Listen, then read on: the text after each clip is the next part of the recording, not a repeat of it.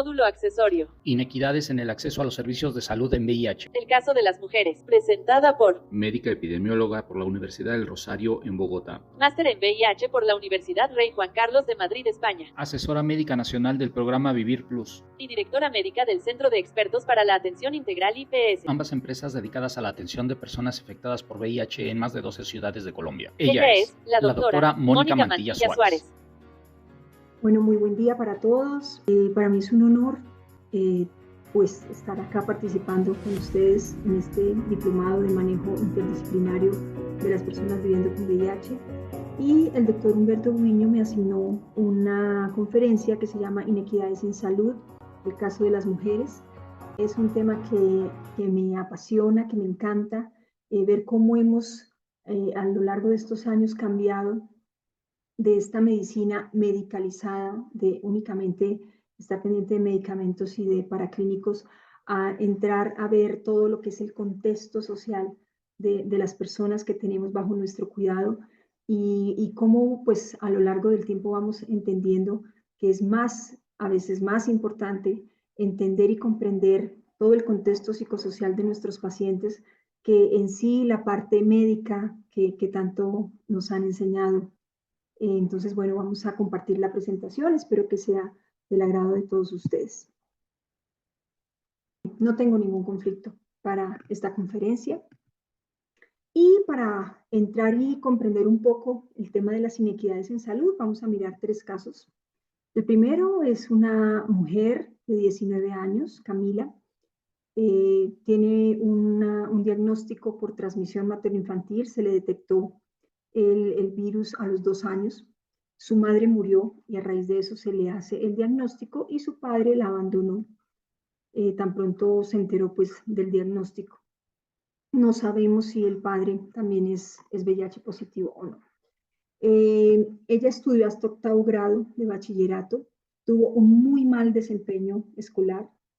La revelación del diagnóstico se le informó que era VIH, que convivía con VIH a los 14 años. Desde que murió su mamá, está viviendo con una tía materna en un municipio de Ubaté que queda más o menos a 3 horas de Bogotá, donde la atendemos. Inició relaciones sexuales a los 18 años y el novio que tenía y con el que quiso iniciar su vida sexual, pues ella le informó que ella era VIH positiva, buscando tal vez como el apoyo que de pronto no había tenido en los años anteriores. Lamentablemente, cuando termina esa relación con su novio, la amenaza de que si no regresa con él, va a contar y le va a informar de su diagnóstico a todas las personas que conoce en ese pueblo. Ella viene tomándose el tratamiento de forma irregular desde que eso sucedió y a enero de este año pues tiene una carga de 2.300 copias y un CD4 de 1.050. El segundo caso es un chico, se llama Humberto, de 19 años, es un hombre que tiene sexo con otros hombres, es estudiante de 5º semestre de Administración de Empresas, vivió en Londres durante 2 años, de los 15 a los 17 años, allí ingresó a un programa de PrEP, pero cuando llegó a Colombia, nosotros en este país solamente empezamos desde el 2022 prácticamente el tema de PrEP, entonces cuando él llega hace 2 años a nuestro país, pues realmente nadie le ofreció PrEP y lo abandonó. Él vive solo en Bogotá, toda su vida está a cargo de sus padres, toda la manutención, el pagarle la universidad, el arriendo, la comida, los transportes, todo. Sus padres tienen económicamente pues medios para hacerlo. Ellos conocen su orientación sexual, conocen el diagnóstico de este chico que como VIH positivo, cuenta con el apoyo de ellos. El diagnóstico se le hace en enero de este año, lo toma muy bien, estaba preparado, tenía como los conocimientos de lo que significaba vivir con VIH. Inició tratamiento con tenofovir, alafenamida, entricitabina y ripivina o Depsay, con una muy buena adherencia. A las 8 semanas ya estaba indetectable y tenía un CD4 de 830. Y el tercer caso es Yolanda, una mujer viuda de 53 años que es vendedora ambulante. Ella vende jugos naturales en la calle todos los días. El diagnóstico se hizo en enero del 2022, a raíz de que su esposo, estando en la UCI por una criptococosis meningia y fallece, se le hace a ella la prueba de VIH también. Ella tiene 2 hijos ya independientes, cada uno con su hogar, pero en las tardes cuida a los nietos de esos 2 hijos. Nadie, ni sus hijos, ni hermanos, ni nadie conoce su diagnóstico. Ella solita vive con el tema de ser VIH positiva y no ha logrado adherirse a ningún esquema antirretroviral. Todos los medicamentos antirretrovirales que se le han formulado le han caído mal. Dice que se siente mejor sin tomarlos. Los últimos exámenes tienen una carga de 72.000 copias, eso fue ahorita en enero de este año también, y un CD4 en 183. Los 3 casos nos muestran realidades de vivir con VIH, pero con unos contextos sociales distintos. Y aquí viene esta gráfica que seguramente todos ustedes la han visto, donde nos queda muy claro lo que es igualdad y lo que es equidad, ¿sí? Probablemente hablar de igualdad es ponerle tratamiento antirretroviral a todos, ¿sí? Es cierto. Los 3 viven con VIH y los 3 necesitan terapia antirretroviral. Pero la equidad es que probablemente Humberto, el chico de 19 años universitario, no necesita tanto como puede necesitarlo Camila, que vive en un pueblo a 3 horas de Bogotá, que no cuenta con apoyo familiar, que ahora está siendo amenazada por su exnovio de contar o de divulgar el diagnóstico, y puede ser diferente a lo que necesita Yolanda, esta mujer viuda de 53 años. Entonces, a lo largo de esta conferencia, pues vamos a ver todo el tema de las inequidades y cómo nos impactan en los resultados de salud, que es lo que nosotros pues queremos para nuestros pacientes. El contexto global está enfocado en este momento hacia eso, hacia las inequidades. Tal vez después de la pandemia por COVID nos quedó muy claro a todos que no es lo mismo tener COVID en México que tener COVID en la India, que tener COVID en Europa, ¿sí? Que el acceso a las vacunas también dependía mucho del tema de recursos económicos, que los aislamientos y las cuarentenas que se llevaron a cabo en todo el mundo para frenar un poco la mortalidad, pues no eran lo mismo en los estratos bajos que en los estratos con mayores recursos económicos. Y la estrategia mundial de ONUCIDA frente a la estrategia mundial que está rigiendo actualmente 2021-2026, pues habló de eso, de que había que acabar con las desigualdades si realmente queríamos acabar con el SIDA. Vemos cómo dentro de la prioridad de la estrategia 1 habla del manejo equitativo e igualitario para acceder a los servicios de atención y a las soluciones para el VIH.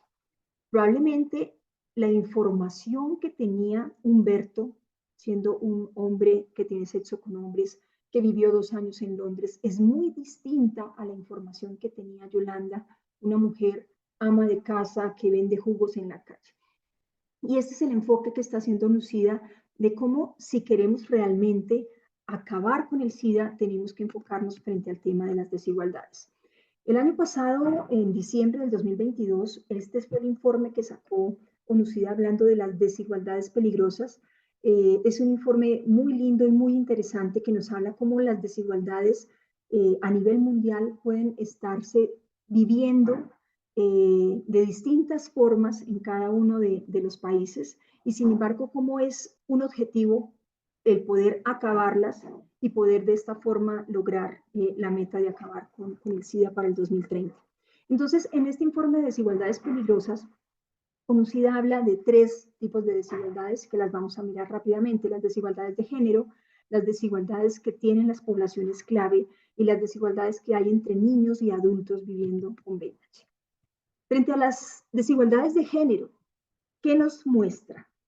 Que las adolescentes y las mujeres jóvenes, y jóvenes habla entre los 15 y los 24 años, tienen 3 veces más riesgo de adquirir el VIH en África subsahariana y que el factor impulsor de esta diferencia es el poder. Cuando hablo yo del tema de mujeres viviendo con VIH en Colombia, me dicen, pero venga, eso no es tan preocupante. Acá en nuestro país todavía tenemos una relación, una epidemia pues concentrada en poblaciones clave y una relación de hombre-mujer más o menos de 4:1. Y siempre lo que yo contesto es, ojo, porque miren lo que así era África hace 10 o 20 años. ¿Y qué es lo que está pasando ahorita? ¿Sí? El fenómeno que se está viendo frente a las mujeres jóvenes nos tiene que hacer pensar de que eso nos puede suceder también acá en Latinoamérica. Y por eso sí me parece que vale la pena que empecemos a mirar el tema de las mujeres, porque seguramente si no hacemos ningún cambio en nuestras políticas gubernamentales y en nuestras políticas preventivas, pues en unos años vamos a tener la misma realidad en nuestros países. ¿Qué nos muestra este informe también? Que en las áreas en África, sobre todo, donde tiene una alta carga de VIH, estas mujeres que son víctimas de violencia de pareja enfrentan un 50% más de probabilidades de contraer el virus. Y la violencia es, lo vamos a ver más adelante en la conferencia, la violencia es una realidad latinoamericana. Nos habla este informe también de que en 33 países, entre el 2015 y el 2021, todas las decisiones relacionadas sobre salud sexual, querer o no querer tener una relación sexual con su pareja, planificar o no planificar, escoger el método de planificación, el uso o no de preservativo, solamente el 41% de las mujeres casadas entre 15 y 24 años podían tomar esas decisiones. En 33 países, esa es una cifra pues alarmante. Nos habla en este informe de que la única hoja de ruta eficaz en este momento, viendo lo que está sucediendo en África subsahariana, es una hoja de ruta feminista. Y menciona también cómo el tema de PrEP en mujeres en África solamente está funcionando en un 40%. Frente a las desigualdades para las poblaciones clave, ¿qué nos habla este informe de ONUCIDA? Las poblaciones claves solamente llegan a ser el 5% de la población mundial, pero representan el 70%, ellas y las parejas de estas poblaciones claves, el 70% de las nuevas infecciones por VIH en el 2021. Menciona cómo en 68 países todavía están criminalizando las relaciones sexuales entre personas del mismo sexo y cómo esto hace que aumente el riesgo de adquirir el VIH en estas poblaciones donde todavía se criminalizan este tipo de prácticas. Y finalmente habla cómo el trabajo sexual, cuando es legal, versus los países donde el trabajo sexual es ilegal, cómo en aquellos países donde es ilegal pueden tener 7 veces más probabilidades de vivir con VIH las trabajadoras sexuales que en aquellos países donde el trabajo sexual es legal. Finalmente, el tema de desigualdades entre niños y adultos, solamente con esta estadística nos habla de todo el tema y de todo lo que se está viviendo alrededor de los niños. Solamente acá en Colombia hemos tenido desabastecimiento de medicamentos y nos quedamos como con las manos vacías de qué tratamientos ofrecerles a los niños, porque las mismas casas farmacéuticas pues están dejando de producir medicamentos para ellos. ¿Qué nos menciona este informe de desigualdades peligrosas? Que en el 2021 los niños representaron el 4% de todas las personas que viven con VIH en el mundo, pero a nivel de muertes aportaron el 15%, o sea, bastante desequilibrada las estadísticas frente a los que viven y a las muertes en niños versus adultos. Nuestra presidente ejecutiva, la directora ejecutiva de ONUCIDA, Winnie Bimaya, hablaba de que el mundo no podría derrotar al SIDA mientras refuerza el patriarcado. Y esa fue su frase el 26 de noviembre del 2022, el año pasado, días previos para la conmemoración del Día Mundial de Lucha contra el VIH. Y probablemente, sin querer ser extremadamente feminista, pero sí considerando todo lo que está sucediendo en África, creo que tenemos que volcar nuestros ojos hacia las inequidades que están viviendo las mujeres, específicamente pues en nuestra región. Entonces, en este informe de ONUCIDA, donde nos invita a todos los países del mundo a abordar las desigualdades, probablemente tenemos que mirar específicamente en nuestra región latinoamericana, que tiene unas desigualdades diferentes a las que se pueden vivir en otras regiones del mundo y unos determinantes sociales también diferentes. En este informe, lo que en resumen se pide es que haya un acceso igualitario a los derechos, un acceso igualitario a los servicios, a la ciencia, y aquí viene todo el tema de que en los estudios clínicos empiecen a haber más mujeres en edad reproductiva y todo lo demás, por lo que ustedes conocen que ha sucedido con los medicamentos antirretrovirales, finalmente después en mujeres en edad reproductiva, y un acceso igualitario a los recursos. Por supuesto que el tema de recursos económicos pesa mucho. En el 2021, 8.1 millones de personas que viven con VIH no están aún recibiendo tratamiento. Ese es el 32% y es una cifra muy grande, muy alta, muy preocupante, comparada pues con el tema que se viene trabajando hace más de 10 años de testear y tratar. Y por otro lado, los datos de supresión viral, que es tal vez el indicador más importante para quienes manejamos programas de VIH, solamente está disponible en el 50% de los países que participan en ONUCID. Bueno, este era el contexto global. Vamos a ver ahora específicamente el tema en Latinoamérica.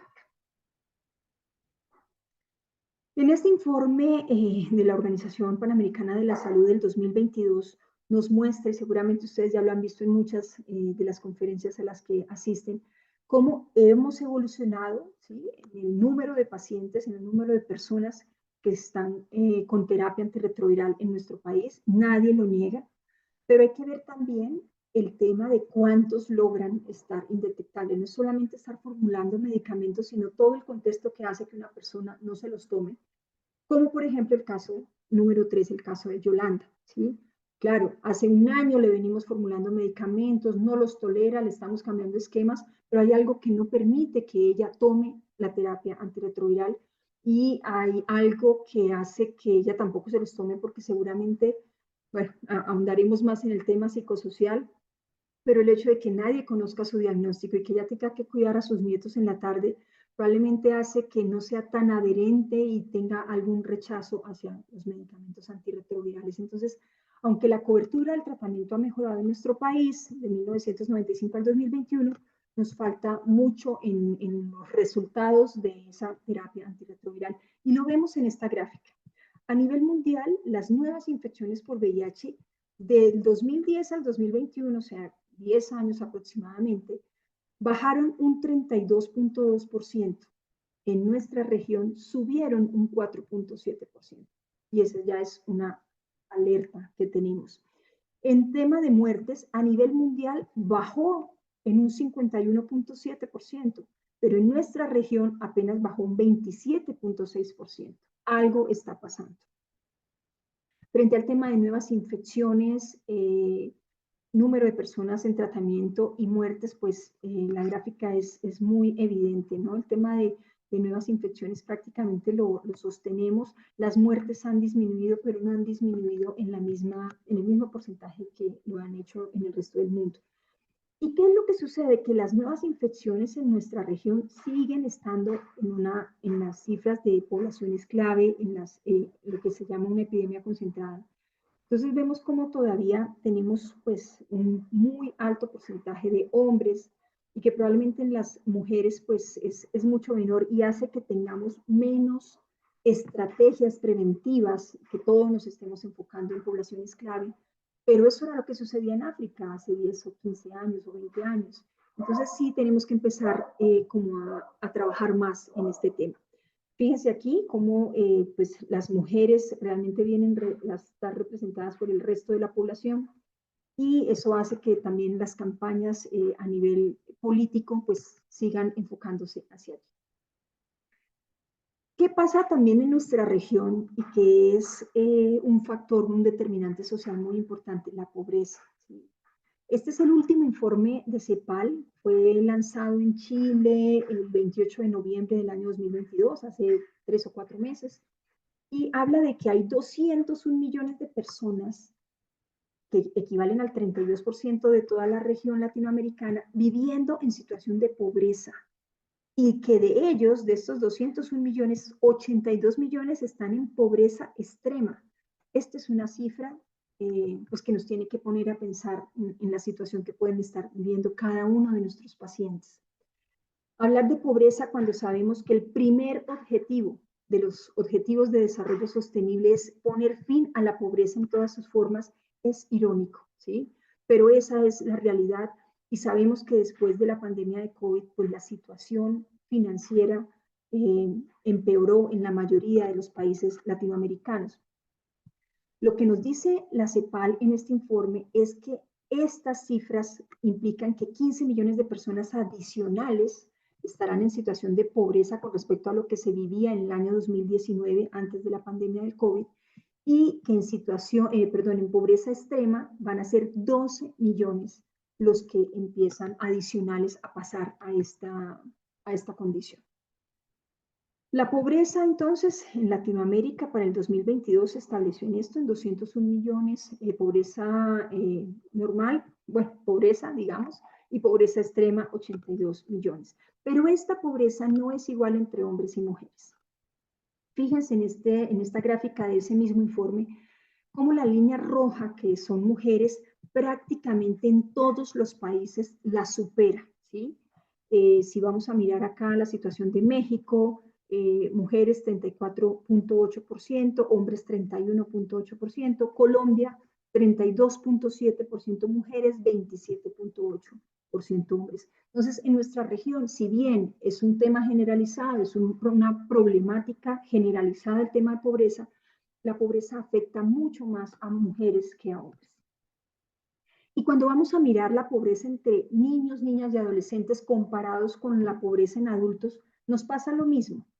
Fíjense aquí, América Latina, esta es población total, 32%, versus población de 0 a 17 años, que es esta línea verde, 45%.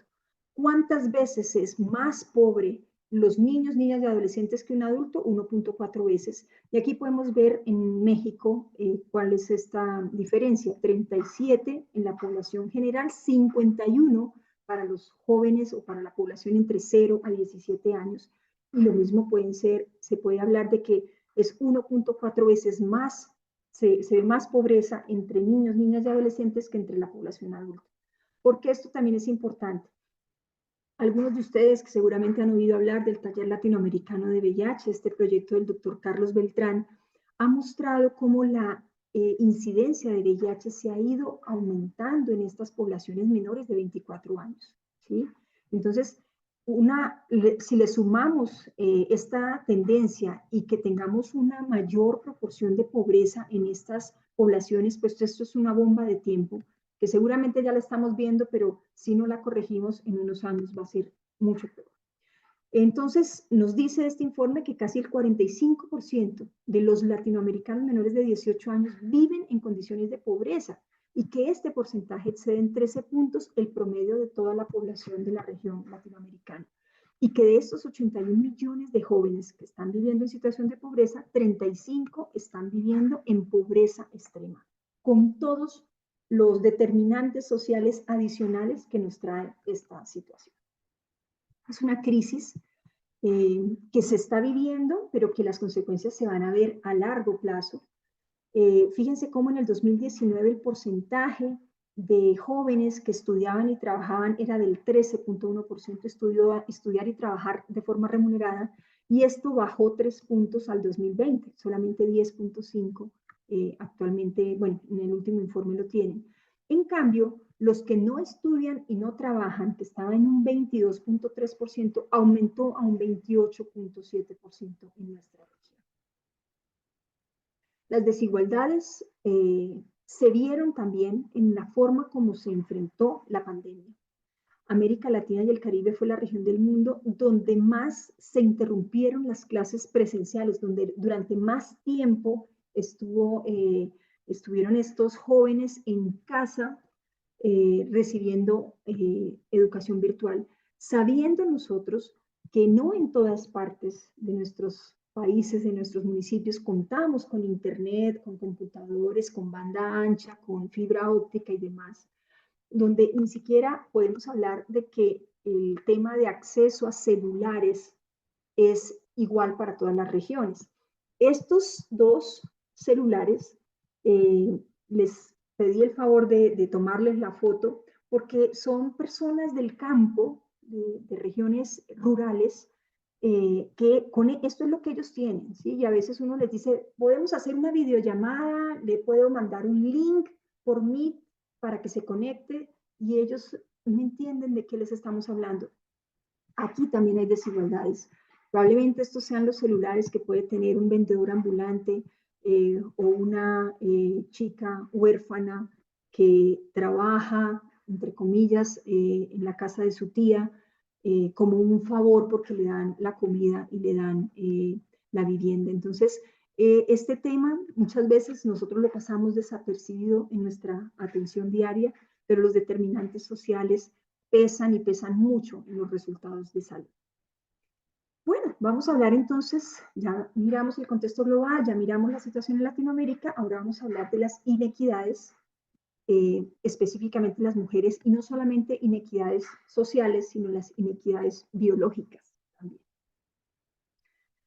Para esto es necesario un tema hartísimo que es definir, y lo ha hecho la Organización Mundial de la Salud, para definir ¿qué es una mujer joven? Entonces, una mujer joven es aquella que está entre los 15 y los 24 años, adolescentes entre los 15 y los 19 años, una mujer en edad reproductiva es la que está entre los 15 y los 49 años, las mujeres adultas se consideran entre los 25 y los 49 años, la edad no reproductiva es por arriba de los 50 años, pero fíjense que no tenemos un adjetivo para las mujeres mayores de 50. Ni la Organización Mundial de la Salud se atrevió a tanto, así que no es tan fácil pues tocar el tema, no se pueden considerar mujeres adultas mayores porque pues por arriba de 50 sería decirle a Sofía Vergara que es una mujer adulta mayor. No tenemos un adjetivo claro para esta población, pero sí es importante como tener los términos de los adjetivos, digamos, para las otras edades. ¿Por qué es importante hablar del tema de mujer? Bueno, hay 4.000 nuevas infecciones diarias en el mundo de mujeres. Sabemos que el gran número de estas infecciones pues, sucede en Sudáfrica, pero también es importante tener en cuenta que hay 260.000 nuevas infecciones de niñas y mujeres jóvenes, ¿sí?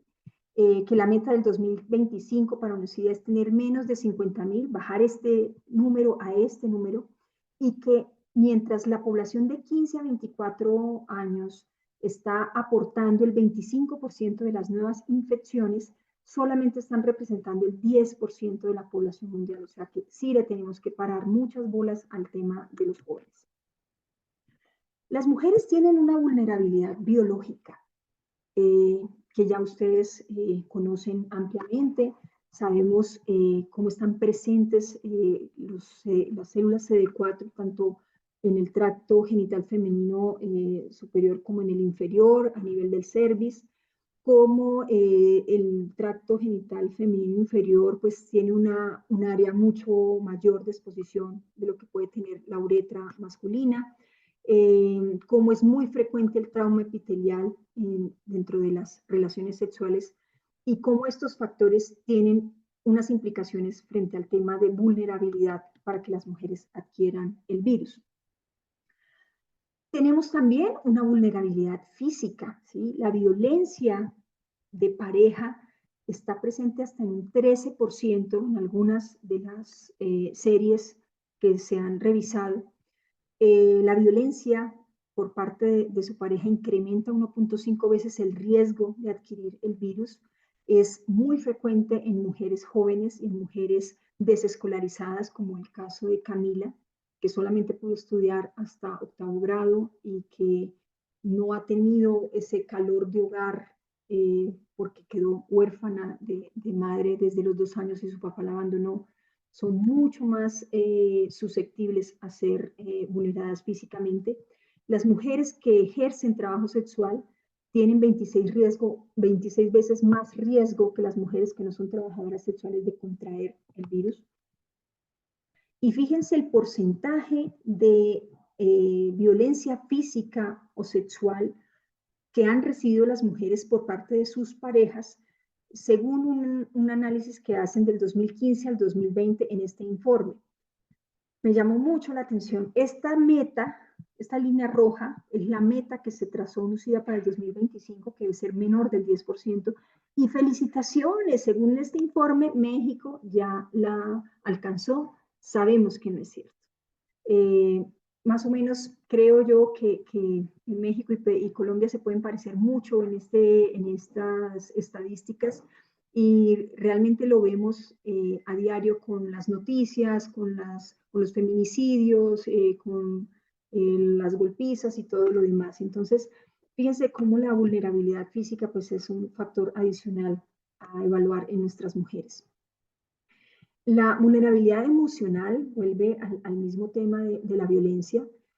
Durante la pandemia, pues fue algo que se exacerbó, lo vamos a ver también más adelante, pero importante tener en cuenta que las mujeres vienen a ser en un 20% las víctimas de los homicidios y de estos homicidios el 80% son hechos por sus parejas íntimas. ¿De cuánto estamos hablando a nivel regional? ¿Sí? ¿Cuánto se estima? Esta es una cifra vieja antes de pandemia. Ustedes saben que durante las cuarentenas por COVID, pues esto se incrementó.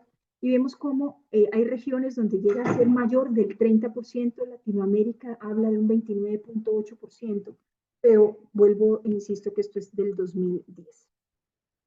La vulnerabilidad social de las mujeres. Tristemente, lo que nos dice el Fondo de Población de Naciones Unidas es que somos la única región en el mundo que no ha logrado disminuir las uniones tempranas infantiles o los matrimonios infantiles. En los últimos 25 años y a nivel del mundo ocupamos el segundo lugar en número de embarazos adolescentes. Esto es también un determinante social muy importante para tener en cuenta en nuestras pacientes y en nuestras mujeres que viven con VIH. La vulnerabilidad económica. ¿Qué sucede con estas mujeres o estas adolescentes que se casan o que se unen o que quedan embarazadas tempranamente? Y aquí entra esta definición, que son madres tempranas, aquellas que tuvieron hijos entre los 10 y los 19 años, y que son madres adultas, las que tienen hijos entre los 20 y los 29 años. Y es muy importante, ya vamos a ver acá en los países, porque que se ha demostrado según este informe del UNFPA del 2020, estas mujeres que son madres tempranas tienen un aislamiento social, ¿sí? De sus familiares, de sus amistades. Digamos que ese embarazo temprano es un motivo de vergüenza que les dificulta muchas veces continuar en el hogar, que son sacadas por sus padres, no les van a tolerar que traigan ese hijo y eso trae todas unas consecuencias sociales difíciles para ellas. Aumenta el tema de violencia de pareja, claro, o sea, están subordinadas, digamos, a su pareja, al padre de esa criatura o a la nueva pareja, si no es el padre de ese embarazo. Disminuye los niveles de escolaridad y obviamente al disminuir los niveles de escolaridad, pues esto nos disminuye las oportunidades de empleo y de trabajo. Y hay un aumento de la probabilidad, las uniones maritales tempranas, de que sean madres tempranamente o que tengan un mayor número de hijos. Ambas cosas traen como consecuencia una disminución en las posibilidades de desarrollo económico para estas mujeres, ¿sí? Si es una madre temprana, pues todos los años que se atrasa en su escolaridad, y si es que tiene varios hijos, pues peor, ¿sí? Va a ser mucho más difícil que ella logre independizarse, que termine sus estudios, que al menos logre hacer una tecnología teniendo 2 o 3 hijos a muy temprana edad. Fíjense qué es lo que sucede con el nivel educativo que alcanzan estas mujeres que tienen uniones tempranas o que son madres tempranas. En Argentina, por ejemplo, el 57% de las madres tempranas logran terminar la primaria. En México, el 62.6%. En Colombia, solo el 26%. De las madres tempranas, ¿cuántas terminan educación terciaria? Logran, digamos, llegar o al menos a una tecnología, terminar su bachillerato y hacer algo más. En México, el 6,7% y en Colombia el 14%. La mayoría pues logran terminar una secundaria, pero sabemos que con un título de bachiller pues las probabilidades de trabajo no van a ser las mismas que si logra llegar a una educación superior. Bueno, es muy complejo el tema, todas las vulnerabilidades, sabemos que las tienen las mujeres, pero entonces existen las estrategias de PrEP. ¿Cómo nos va a las mujeres con el tema de profilaxis preexposición? Teníamos las esperanzas puestas cuando salió este estudio de PrEP de Partners, que logró mostrar una reducción del 80% en la posibilidad, en la probabilidad de adquirir el virus, o sea, una eficacia muy buena. y se lanzan a hacer estudios en mujeres, el FEMPRED, el VOICE en 2012 y 2015, un número muy importante de mujeres. ¿Y qué sucedió? Nos fue mal. Los niveles de Truvada eran de menos del 40% en este trabajo y en este era de menos del 30%. O sea, sabemos que hay mayor vulnerabilidad de las mujeres, que hay ciertos grupos en los que deberíamos tener unas estrategias preventivas, pero una de las principales y que está funcionando y que ha demostrado buenos resultados entre hombres que tienen sexo con hombres, no nos fue bien en las mujeres. Todo lo contrario. Fíjense cómo en VOICE el número de infecciones dentro de los que estaban recibiendo tenofovir oral era mayor que dentro de las que recibían placebo. Y así con cada una de las ramas. ¿Por qué? Bueno, miremos el tema de la edad. Fíjense cómo en este grupo el número de mujeres mayores de 25 años, esto es en FEMPREP, era cercano al 80%, ¿sí? Mujeres que sabían que tenían una pareja VIH positiva, que conocían el riesgo y que temían infectarse. Pero es que eso no es lo mismo que sucedió con los otros estudios donde hubo una adherencia muy baja. ¿Cuál era la edad de estas mujeres? Miren la media de la edad, ¿sí? O sea, eran muchísimo más jóvenes, ellas, y probablemente no tenían una pareja VIH positiva, sino que tenían muchas parejas. Y lo que hicieron fue mentirle a los médicos diciéndole que sí se estaban tomando su PrEP diaria y de forma continua, pero al medir los niveles pues se dieron cuenta que no era así. ¿Qué es lo que pasa en las mujeres jóvenes? Las mujeres jóvenes tienen una muy baja percepción del riesgo de VIH. Y esto, digamos que lo reforzamos nosotros con hablar de que tenemos una epidemia concentrada y de lo que más nos preocupa son los hombres que tienen sexo con hombres y las mujeres transgénero y los que se inyectan drogas y en fin, ¿sí? Entonces, mientras haya una baja percepción del riesgo, en las mujeres va a ser muy difícil que asuman este tema de PrEP. Fíjense que África también lo está viviendo. Nos mencionan en el informe de UNOCIDA que solo el 40% está funcionando PrEP en mujeres. El efecto Pelsman habla de cómo usted compensa cuando usted baja un riesgo. Ejemplo, el tema de los cinturones de seguridad en los vehículos. Entonces, cuando se vuelve obligatorio, la gente corre más.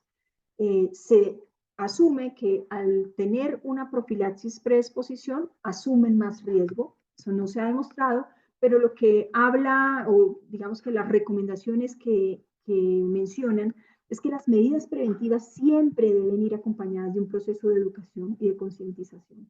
Y ahí volvemos al mismo tema de las inequidades. Recuerden a Humberto, este joven de 19 años que vivió 2 años en Londres y que consumía PrEP.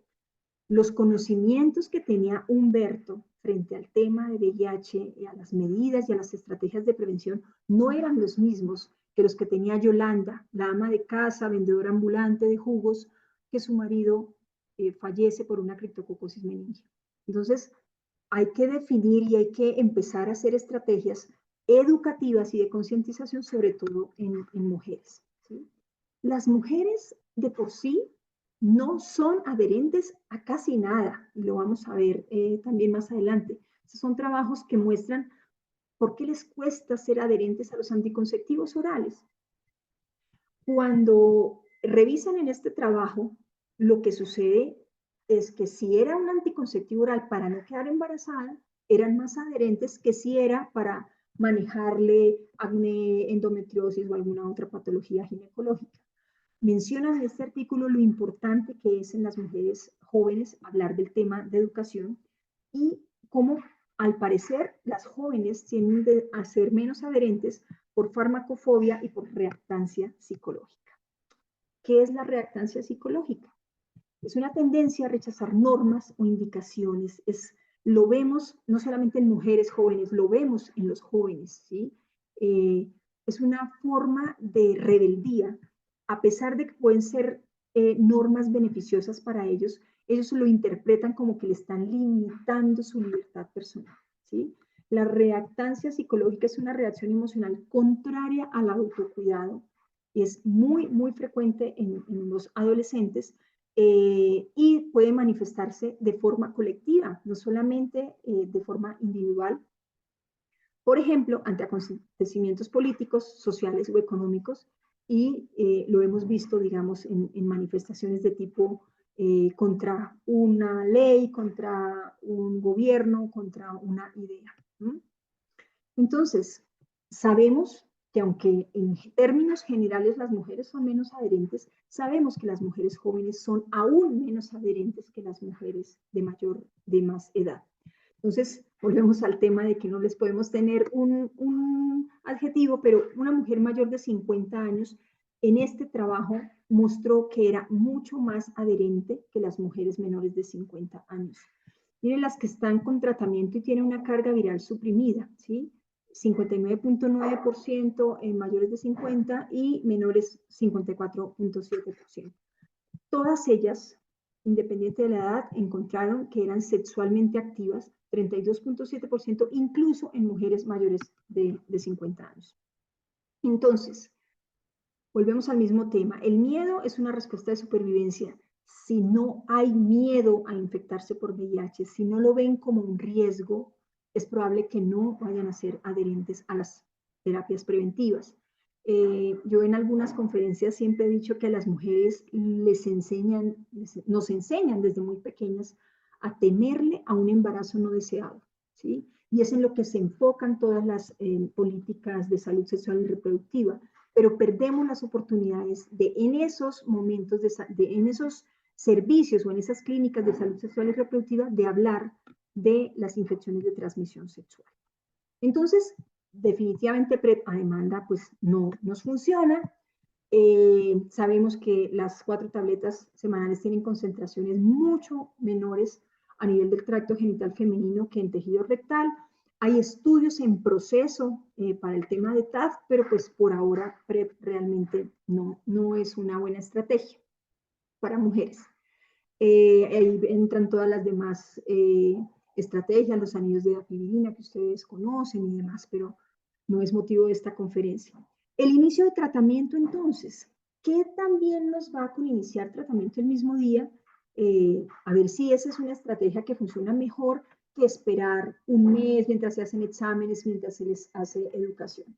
Pues fíjense que este tratamiento, este trabajo del grupo Geisho mostraba pues que definitivamente iniciar tempranamente era mejor, había más retención en cuidado, pero tampoco es que fuera muy, muy bueno, 43.8 versus 53%, y es un estudio realizado en Haití.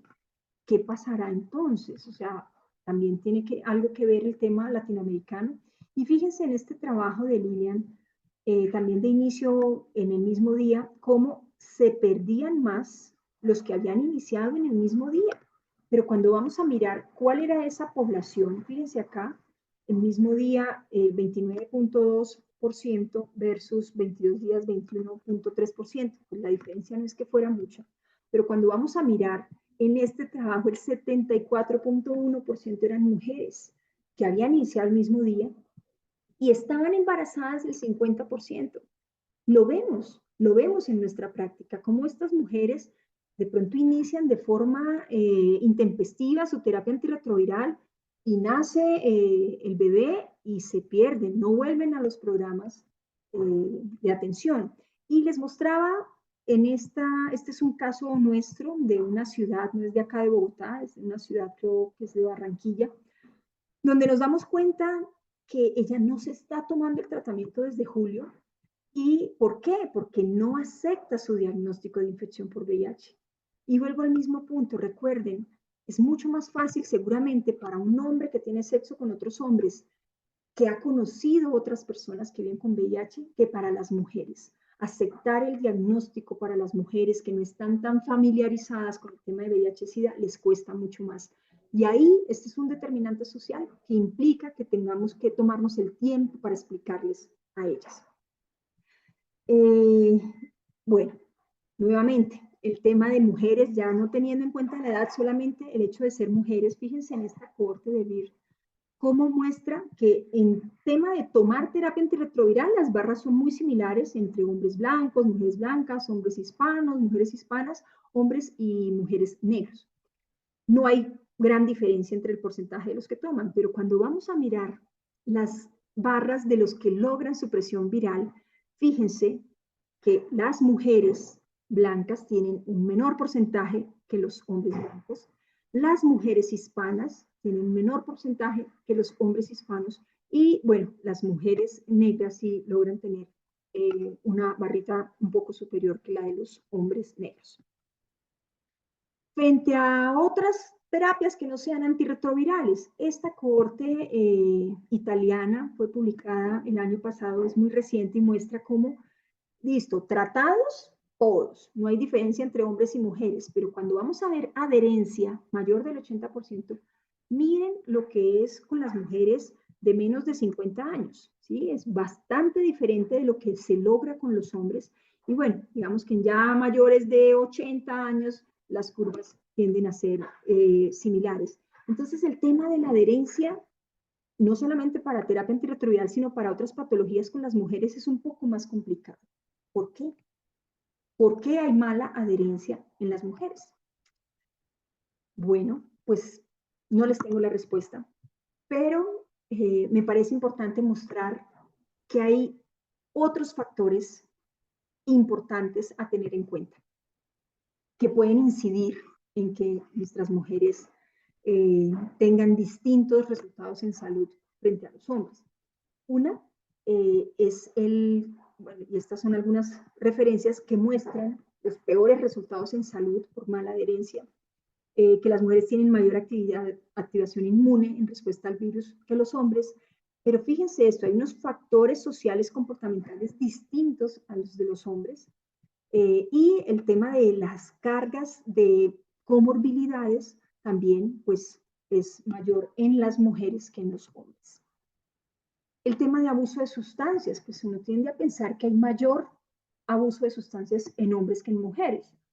Sin embargo, es un tema que probablemente no lo interrogamos adecuadamente nosotros como médicos en nuestra consulta. No es fácil preguntar a las mujeres, menos a una mujer mayor, pero el consumo de licor y el abuso de sustancias se está viendo con más frecuencia, digamos, en las mujeres. Y el tema del abuso de las sustancias va ligado al tema de violencia. En esta cohorte encuentran que en mujeres que usan metanfetaminas, hasta un 50.7% habían sido víctimas de violencia.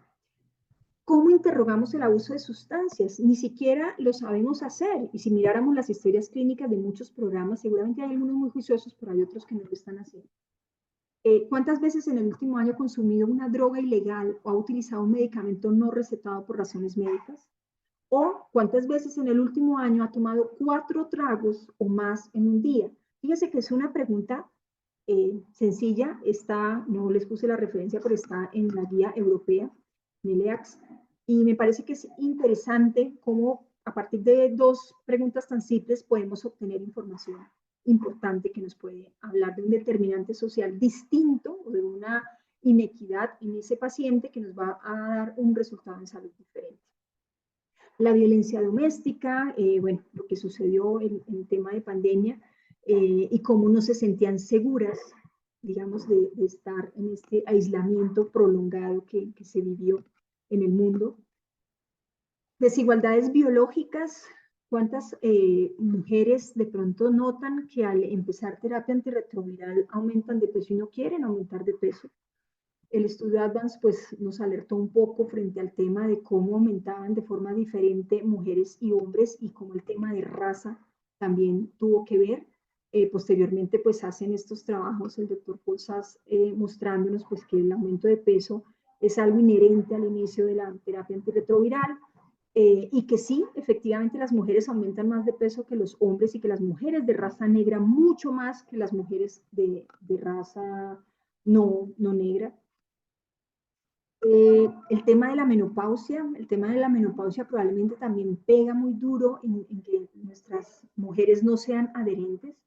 Sabemos que las mujeres que viven con VIH pueden tener una menopausia menor, una menopausia temprana, incluso por debajo de los 45 años, hasta en un 27%. Pero cuando nos vamos a ver si alguien les ha explicado a estas mujeres, el 47% no sabían que podían tener estos síntomas somáticos, urogenitales o psicológicos. Importante el tema del trastorno del sueño, el disconfort a nivel urogenital, pues los síntomas, los problemas sexuales y los síntomas a nivel genitourinario, la depresión, la ansiedad y la irritabilidad, que fíjense que está presente en un porcentaje muy importante, pero que nosotros como médicos a veces olvidamos incluso interrogarles a nuestras mujeres si están presentándolos, y mucho menos si tienen apenas 45 años, porque no lo asociamos con esa edad. Entonces, pues hace parte de lo que deberíamos estar interrogando. El tema de los efectos adversos de las terapias antirretrovirales. Ser mujer es un factor de riesgo independiente para enfermedad renal. Hay varios trabajos que lo han mostrado, y en menopausia el tema óseo pues tiene un riesgo 3 veces mayor que en los hombres de osteoporosis y de osteopenia. Entonces, nuestras mujeres, aparte de todo el tema de inequidades sociales, de la vulnerabilidad física, psicológica, emocional que tienen, pues terminan siendo menos adherentes, terminan teniendo peores resultados en salud. Sabemos que tienen una mayor activación de su sistema inmune, tienen una mayor carga de comorbilidades, mayor riesgo de SB agudo que hombres, mayor riesgo de pérdida de densidad mineral ósea que hombres, mayor riesgo de alteraciones neurocognitivas, y por el simple hecho de ser mujeres tienen un factor de riesgo para enfermedad renal.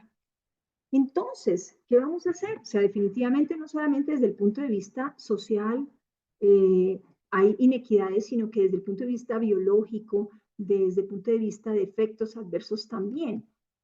Pues, ¿qué tenemos que hacer? Tenemos que comprender y tenemos que empezar a entender que las mujeres que estamos atendiendo, nuestras pacientes que tenemos al frente, tienen unas prioridades distintas a las que yo puedo tener como médico. Tal vez para mí la prioridad en este momento para Yolanda es que tome terapia antirretroviral. Tiene 183 CD4, tiene 73,000 copias de carga viral.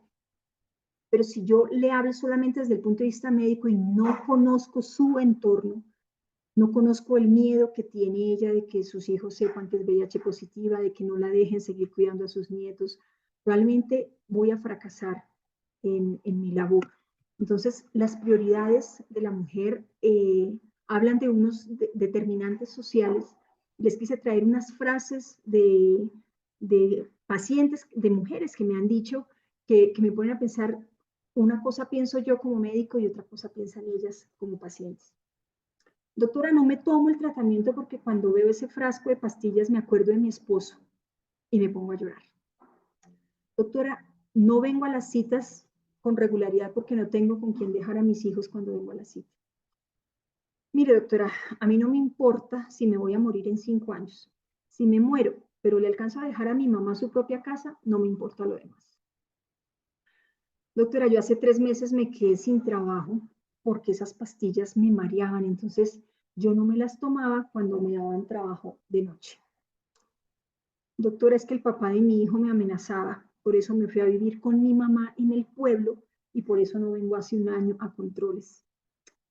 Doctora, yo no puedo iniciar el tratamiento en diciembre porque voy a viajar a ver a mis papás, entonces mejor empecemos el tratamiento en febrero cuando yo regrese a Bogotá. Fíjense los determinantes sociales que de pronto para mí como médico no pesaban, no me interesaban. Para mí lo importante era que iniciara la terapia antirretroviral y se la tomara. Pero con el paso de los años y con la experiencia entiendo que hay que ponerse en los zapatos de esa persona que está dejando su salud bajo nuestro cuidado. Y hay 3 características muy importantes de las mujeres que tenemos que tener en cuenta a la hora de tratarlas. Las mujeres son solidarias.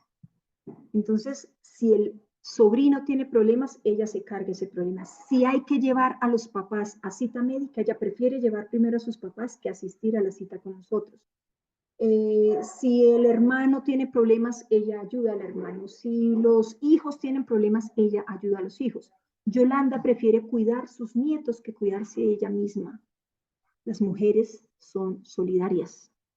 Las mujeres hacen transferencia emocional. Esta señora que ve el frasco de pastillas y se acuerda de su esposo y se pone a llorar, Necesitamos hacerle un manejo emocional de eso. ¿Cómo asocia el tratamiento a la pérdida de su esposo?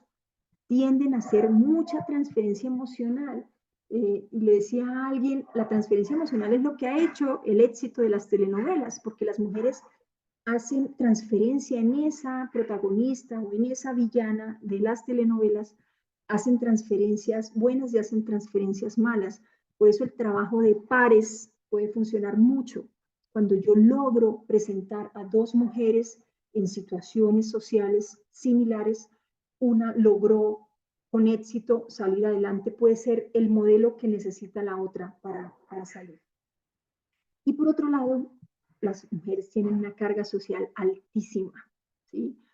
Si bien han escalado en posiciones y en trabajo, la responsabilidad de los hijos, la responsabilidad de cuando los hijos se enferman, la responsabilidad del aseo, la responsabilidad de las labores domésticas siguen estando en los hombros de muchas mujeres. Sin temor a equivocarme, puedo decirles que las mujeres que trabajan son las que primero se levantan en un hogar y las que se acuestan de últimas, dejando absolutamente todo organizado en su casa. Entonces, esas tres características hay que tenerlas en cuenta. ¿Por qué? Porque esto que es un árbol de decisión que probablemente nos lo han enseñado para algunas actividades ejecutivas o para tomar decisiones en nuestras empresas, esto es lo que hacen las mujeres a diario, cada minuto. Hacen árboles de decisiones complejos en cuestión de segundos y equilibran y toman decisiones de si llevo a mis papás a la consulta o si voy a la cita con la doctora Mónica. Si cuento que tengo diagnóstico de VIH o si mejor no me tomo los medicamentos y que nadie se entere. Son árboles de decisiones que hacen muy rápidamente. Este tema de ser jefes de hogar con los años se ha ido incrementando. Esta es una estadística colombiana, pero fíjense cómo en el 90 solamente el 20% de las jefaturas de hogar eran mujeres y pasó a un 40% en el 2015. En los hogares que son monoparentales, el 84.9% de la jefatura de esos hogares monoparentales es hecha por mujeres, ¿sí? Entonces, hay algo que tenemos que tener en cuenta y es todas las otras prioridades, que aunque para mí como médico la prioridad es la terapia antirretroviral, pues que para ella las prioridades sean otras. El tema económico pesa, y por supuesto que pesa, y este es un trabajo que encontré de INEGI, que es el Instituto de Ingresos y Gastos de los Hogares de México, donde muestra cómo el ingreso promedio trimestral de las mujeres mexicanas, esto es para el año 2020, es de 14.860 pesos, y en cambio para los hombres es de 22.618. Esto pesa. ¿Por qué? Porque estas mujeres que ganan menos, a pesar de tener las mismas actividades, trabajan mucho más en su casa. La labor doméstica no es un trabajo reconocido socialmente, es un trabajo que asumen como que lo tienen que hacer sin ninguna remuneración. Y el año pasado, antepasado, el director del DANE en Colombia, el del Departamento de Estadísticas y de Planeación Nacional, logró demostrar que el trabajo doméstico que no era remunerado, si se pagara, equivaldría al 19.6% del Producto Interno Bruto colombiano, ¿sí? Las mujeres fueron responsables del 77.7% de las horas dedicadas a estas actividades en sus hogares. Eso es muy, muy importante. Entonces, ¿qué puede funcionar con nuestras mujeres para que tengamos buenos resultados en salud con ellas? Ya vamos a terminar. Lo primero que uno podría pensar es en mejorar el porcentaje que se va en las Américas del Producto Interno Bruto al gasto en salud, ¿sí?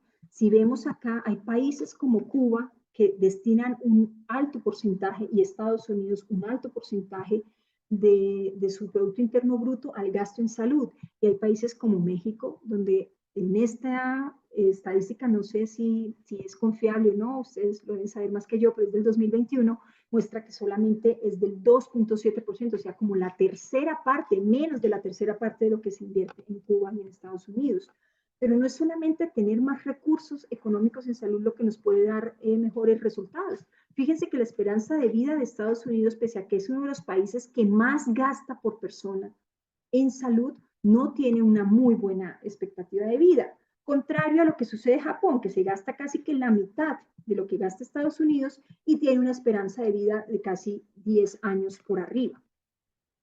Ustedes en México que lograron tener una terapia de última generación con inhibidores de integrasa, por lo que he hablado con algunos colegas y amigos médicos, pues no es para todos los pacientes, es para algunos, no todos están ya con inhibidores de integrasa, pero fíjense que el resultado después de 2 años de estar usando inhibidores de integrasa es de que apenas 54% de las personas que viven con VIH han alcanzado supresión viral.